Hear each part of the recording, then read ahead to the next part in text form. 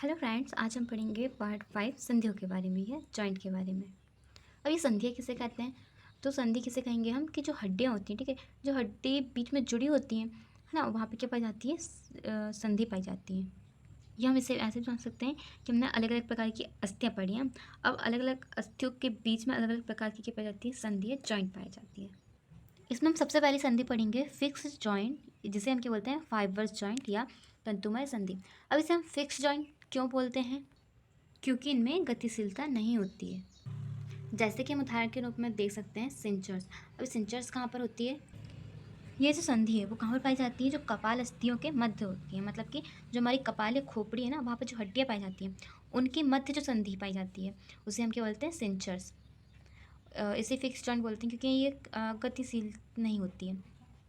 ऐसे ही fixed joint का दूसरा उदाहरण है गम्फोसिस।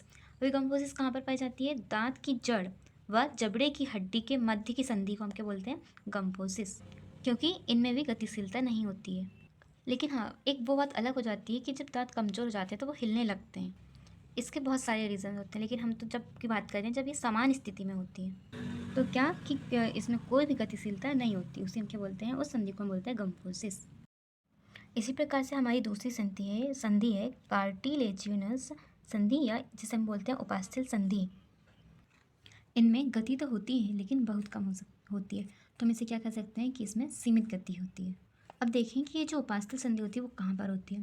तो हमें पता है कि जो हमारा मानव शरीर है ना, तो वयस्क शरीर में कितने कशेरुक से मिलकर बनी होती है? तो उसमें कुछ टोटल 26 कशेरुक होते हैं। ये 26 हो गए, ठीक है।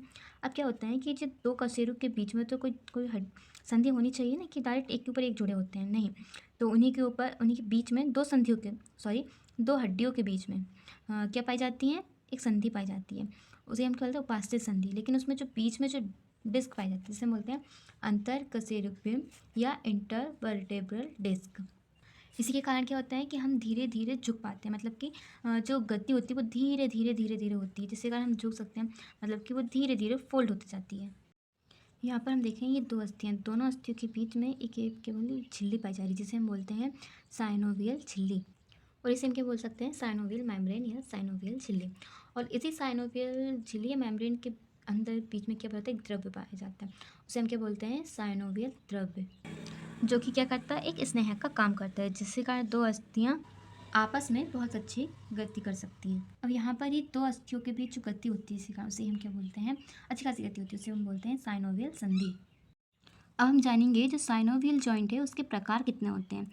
तो इसके 5 प्रकार होते हैं, हम देखेंगे ball and socket joint, hinge joint, pivot joint, saddle joint and gliding joint. इन सब के बारे में हम एक एक करके जानेंगे। तो सबसे पहले हम बात करते हैं बॉल एंड सॉकेट जॉइंट के बारे में। आखिर ये है कहाँ और कहाँ पर पाई जाती है? इसे हम क्या बोलते हैं? कंदुक खल्लिका संधि भी बोलते हैं। ये जो संधि होती है ना, वो क्या करती है? इसकी खासियत है कि सभी दिशाओं में गति करती है। इसका उदाहरण में हम देखेंगे क्या? शोल्डर जॉइंट या कंधे की संधि। और इसका दूसरा उदाहरण क्या है? हिप जॉइंट, जिसे हम क्या बोलते हैं? कूल्हे की संधि।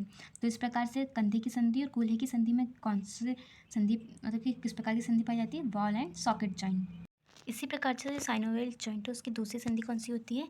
हिंज जॉइंट, जिसे हम क्या बोलते हैं? कब्जा संधि भी कहते हैं।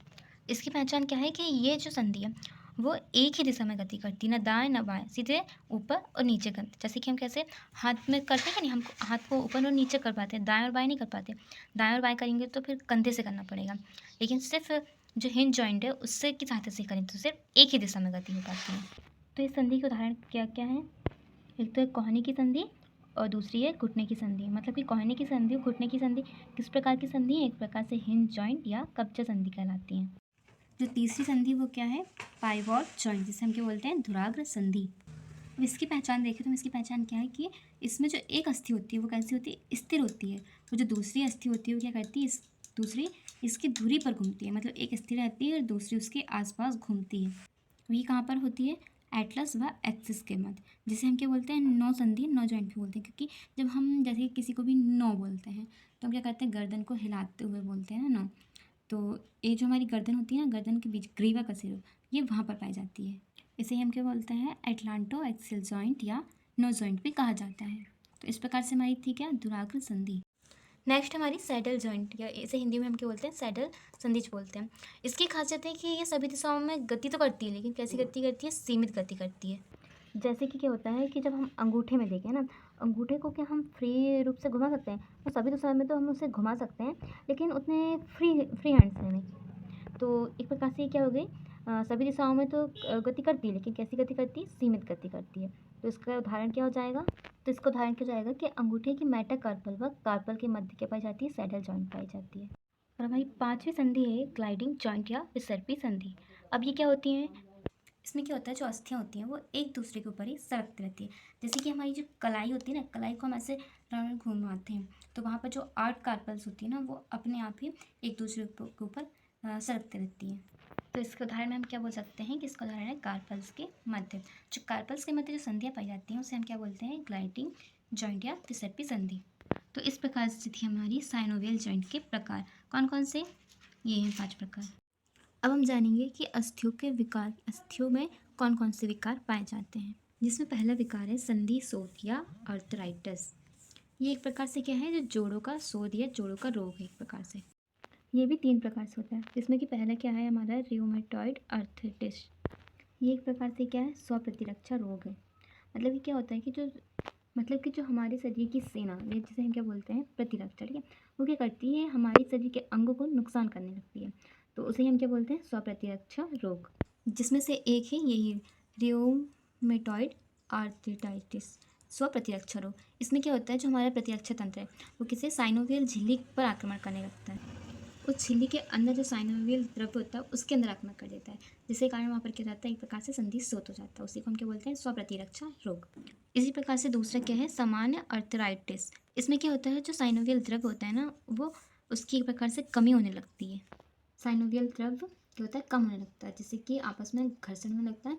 इसी प्रकार से घुटनों में क्या होता है? दर्द बनता है, और वहीं पर क्या जाता है, एक प्रकार से संधि शोथ हो जाता है। इसी प्रकार से तीसरा संधि शोथ है गाउट, जिसे हम क्या बोलते हैं? गाउटी आर्थराइटिस भी बोलते हैं। इसमें क्या होता है कि जो संधि होती है ना, उसमें क्या होता है, यूरिक अम्ल के जमा होने के कारण एक प्रकार से क्या जाता है, संधि शोथ हो जाता है। इसी कारण क्या होता है, जो पैरों की जो गति होती है ना, एक प्रकार से उसमें गड़बड़ी हो जाती है। ये जो संधि होती है उनको हिलने डुलने में प्रॉब्लम होती है, और क्या होता है, जो घुटने होते हैं हमारे वो फूल जाते हैं या सूजन आ जाती है।